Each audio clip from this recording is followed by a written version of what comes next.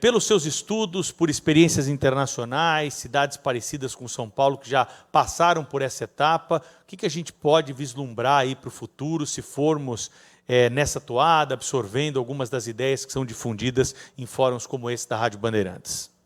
Olha, Pedro, quando a gente fala em habitação, o que vem, em termos de futuro, o que vem sempre na mente é a questão do déficit. Esse déficit que se arrasta há muitos anos e, infelizmente, a gente não tem conseguido lidar adequadamente com isso. Quando a gente faz as projeções que envolvem o crescimento vegetativo e envolvem a eliminação do déficit, a gente chega à conclusão que a gente tem que produzir, nos próximos 10, 12 anos, se a gente quisesse zerar o déficit e lidar com o crescimento vegetativo, em torno de 1.500.000 unidades por ano, o que nós não estamos fazendo. Obviamente que esse descompasso entre custo de produção e renda é um problema a ser resolvido. Ele vem sendo tratado com essa questão do subsídio, a gente tem tentado ajustar os problemas que ocorrem do ponto de vista de licenciamento, do ponto de vista de barateamento do custo, mesmo até por regulação urbanística, mas eu acho que se a gente olhar para um futuro de 20, 30, 40 anos, a gente tem que pensar em modelos que nos permitam resolver essa questão do déficit. É óbvio que se a gente pensar a muito longo prazo, estávamos conversando aqui um pouco antes de começar o programa, a taxa de crescimento populacional no Brasil ela é decrescente, mas é ainda positiva. 2040, 2050 passará a ser negativa. E quando a gente começar a ter a diminuição do tamanho das cidades, obviamente a gente terá efeitos colaterais vários, dentre eles é que começaram a sobrar habitações. Mas isso é uma coisa de muito longo prazo e nós temos um longo caminho a percorrer antes disso. Quer dizer, eu acho que se a gente tivesse que, na habitação, pensar num foco de futuro, é concentrar em modelos que possam nos ajudar a acabar com o déficit. E tem isso pelo mundo aí? Tem gente que conseguiu desempenhar com sucesso e correr na velocidade que a gente precisa? Olha, Pedro, a hora que você vai olhar no mundo todo, tem problemas de habitação social. O mundo todo tem problemas para resolver isso. Os mais ricos ou os mais pobres, nas suas proporcionalidades, eles enfrentam problemas. Obviamente, os países com mais recursos resolveram esse seu problema de uma maneira mais célere, com efeitos colaterais, às vezes, não tão desejáveis, mas, de qualquer forma, eu acho que tem, sim, modelos no mundo que conseguiram resolver isso, mas sempre à custa de recursos, e eu acho que a gente tem que, sim, precisar de recursos, mas nós precisamos ter muita criatividade, e o brasileiro tem muito, nós vamos achar modelos que possam nos ajudar a resolver o problema. Sérgio Aveleda, aí na tua área aí de mobilidade, olhando para o futuro, nós vamos ver um monte de drones levando passageiros aí pelo céu das cidades, ou vai ter uma solução para os problemas de congestionamento e tudo mais? Olha, Pedro, tem sim solução para os problemas de congestionamento, é transporte público coletivo. Não existe ainda outra tecnologia que suplanta a capacidade de uma linha de metrô ou de uma linha de BRT. Então, as cidades no mundo que estão avançando são as cidades que estão investindo em transporte público e mobilidade ativa. Recentemente, Paris, eu acho que é o grande exemplo. Paris conseguiu, em 5 anos, ter mais bicicleta nas ruas do que carros, em 5 anos. Uma transformação muito rápida, não foi só fazendo ciclovia, foi fazendo ciclovia e dando incentivo para usar a bicicleta, subsidiando a compra de bicicleta, subsidiando o uso da bicicleta. Nós temos uma demanda aqui em São Paulo que precisa ser suprida com transporte público. E aí, não é só expandir o metrô, é também. Não é só construir BRTs, é também. Mas é, de fato, afirmar a prioridade do transporte público. O que isso significa, Pedro? Nós temos 17 mil quilômetros de ruas e avenidas em São Paulo. Esse é um espaço que está dado. Nós não vamos conseguir duplicar, fazer uma segunda São Paulo na camada superior ou subterrânea. Esse espaço é a nossa restrição. Se o ex-prefeito de Bogotá, o Henrique Peñalosa, que é um dos grandes líderes das cidades inteligentes e sustentáveis do mundo, ele tem uma frase que eu gosto muito. Num país democrático, se um ônibus transporta 80 vezes mais pessoas do que um carro, ele deve ter 80 vezes mais espaço. Nós precisamos dar mais espaço para o transporte coletivo para que ele seja mais rápido, mais eficiente e mais atrativo. Então, a prioridade é dar o transporte público e não investir em espaço para automóveis. Quando a gente constrói mais espaço para automóveis, nós estamos contratando os engarrafamentos do futuro. Há 10 anos atrás, 16 anos atrás, o governo do Estado construiu a pista central da Marginal Tietê, prometendo resolver os problemas da Marginal Tietê. Eu garanto que ninguém nem lembra que essa pista central foi construída, porque ela está numa condição pior do que antes. Quanto mais espaço para carro, mais carro a gente vai ter na rua. Quanto mais espaço para mobilidade ativa, calçadas, ciclovias e transporte público, mais eficiente é a mobilidade na cidade.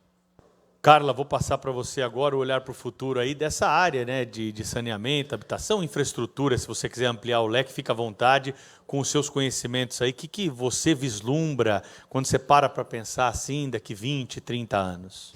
Eu acho que, até infelizmente, pelo que aconteceu, mas de alguma maneira que chacoalha as pessoas, é um fato como o que aconteceu com as enchentes no Rio Grande do Sul. Isso faz com que as pessoas, independente dos estudos, do que cada um acredita ou não, o fato é que você está enxergando e muitas vezes se solidarizando, ajudando alguém que está sofrendo por conta de um evento climático extremo, ao qual a gente está sujeito, o Rio Grande do Sul talvez mais do que outras regiões. Então, o que eu consigo ver, e talvez seja um pouco na linha do desejo de ter infraestrutura mais resiliente, políticas públicas que tornem a cidade mais sustentável a partir da percepção que ela é, e alguns setores mais do que outros, o de saneamento é muito sensível ao efeito das mudanças climáticas. A gente passou por uma crise hídrica relevante entre 2013, 14 e 15, e agora a gente vê situações como a do Rio Grande do Sul com grandes chuvas, né? Então, aquele passado, aquela história, aqueles dados, todos já não se aplicam à realidade que a gente está vivendo. Então, essa reinvenção da infraestrutura, com foco na resiliência, na adaptabilidade, me parece ser uma das coisas que não é só desejável, eu acho que as pessoas agora estão percebendo que isso é fundamental à luz, infelizmente, de eventos trágicos como esse. De outro lado, eu acho que a gente também enxerga muito do uso da tecnologia. Então, é pouco provável que você imagine no futuro continuar a ter uma pessoa que todo mês vai na sua residência, no seu prédio, para ler um medidor de água, né, de gás, de luz. Então, a gente fala o quê? Da internet das coisas. Então, o IoT vai deixar de demandar que essas pessoas vão lá ler, eles vão, né, consolidar essas informações muito rapidamente, com o uso de inteligência artificial. Você consegue antecipar quem está com um vazamento, por exemplo, e avisar ali o síndico do prédio, olha, pelo sistema, né, com alarmezinho, identificamos um problema, ou está com baixa pressão, a população que às vezes mora em regiões mais altas e que sofre, hoje tem muitas reclamações, muitas vezes sobre intermitência, sobre falta de água de noite, decorrente de medidas de gestão de pressão, né, que as companhias de saneamento fazem. Poxa, se você põe ali o sensor e coloca ele automatizado, você já consegue perceber e remotamente manobrar para evitar. Então, dá para ver a aplicação hoje, talvez ainda não integral, mas já produzindo muitos frutos da internet das coisas, com um destaque importante. Eu acho que isso permite que os sistemas e que a informação seja auditável e levada para o órgão regulador, né? Então, fica mais fácil de fiscalizar sistemas que são informatizados, sistemas que têm segurança de dados. E eu acho inevitável que esse ambiente de serviços públicos concedidos caminhe para isso. Você vai ter um dashboard onde o poder público vai poder enxergar como é que está a qualidade do serviço e responder mais rapidamente às reclamações dos usuários. Então, acho que são duas frentes, a da resiliência, a adaptação às mudanças climáticas, e do outro, do uso da tecnologia, que já tem exemplos e que, provavelmente, com inteligência artificial, vão ser ainda mais sofisticados, que a gente hoje ainda nem consegue prever. Nem consegue imaginar o que vai acontecer. João Manuel, e na área aí dos negócios, hein? O que você vislumbra aí para um olhar para o futuro, para a gente deixar gravada aqui essa mensagem e visitá-la, né, daqui a alguns anos, para ver se nós acertamos ou erramos nas nossas previsões?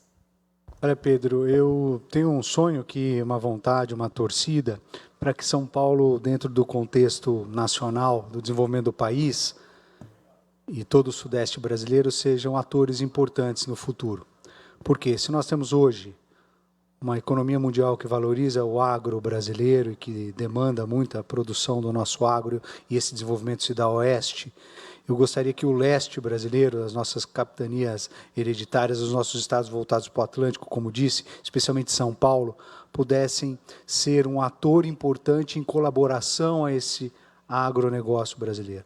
A nova indústria brasileira pode estar voltada com muita tecnologia a subsidiar a força do nosso agro, olhando no contexto de país.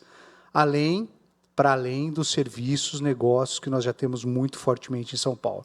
Vale destacar que São Paulo é líder na abertura de empregos formais e de empresas. São números significativos de geração de emprego na capital e de abertura de empresas nos últimos 4 anos.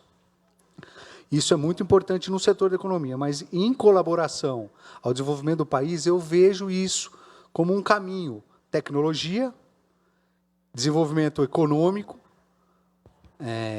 inovação agregada nesta nova indústria, para que o Brasil tenha no futuro um agro, commodities forte e volte a ser um país que não fique só exportando matéria-prima e que sim tenha uma indústria forte. E aí não há como não dizer da tecnologia, da inteligência artificial, da TI, dos nossos centros de pesquisa, tecnologia e inovação que são fortíssimos em São Paulo, públicos e privados, da nossa saúde, dos nossos negócios ligados aos nossos ótimos hospitais, a nossa referência mundial na área de saúde. Enfim, que São Paulo possa contribuir para que o Brasil tenha um complemento da sua força mundial, e isso fortalece as nossas relações diplomáticas exteriores, a nossa geopolítica fica fortalecida se o Brasil ficar cada vez mais completo com a colaboração de São Paulo, que é como uma capital bem administrada, significativa e que pode mais ainda contribuir no futuro nesta área de TI, inovação, tecnologia, pesquisa, desta nova indústria que se aponta e vislumbra para o futuro do país. Muito bem, e assim chegamos ao fim do primeiro painel da discussão que a Rádio Bandeirantes leva ao ar, Fórum Olhar para o Futuro, em comemoração aos 87 anos da emissora.